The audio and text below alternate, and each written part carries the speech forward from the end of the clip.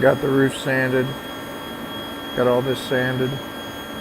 I'm sanding it with 220 first, and then I'll be doing 400 wet. I'm ready to start on the other half of the hood. Tomorrow I'll get the little roof done, cowl panel, and the whole other side, hopefully.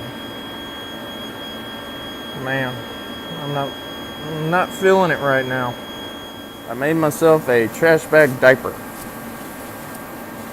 because I do not have a poncho, and I need to get up there and start wet sanding. I got the hood wet sanded yesterday, got the back wet sanded.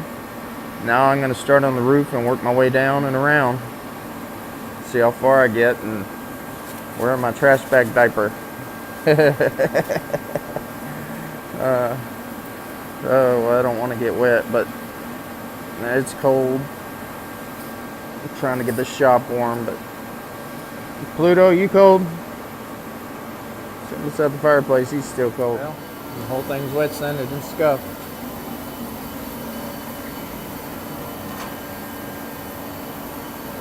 She got her drying off right now, cleaning the dust out of the shop, and be ready to start taping her up this afternoon.